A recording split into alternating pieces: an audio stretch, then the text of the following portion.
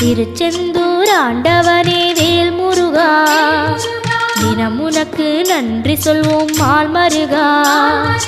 திருவடியில் தவம் இருப்போம் திருமுருகா, தீப்பெழுது நலமெனவே வடிவழகா.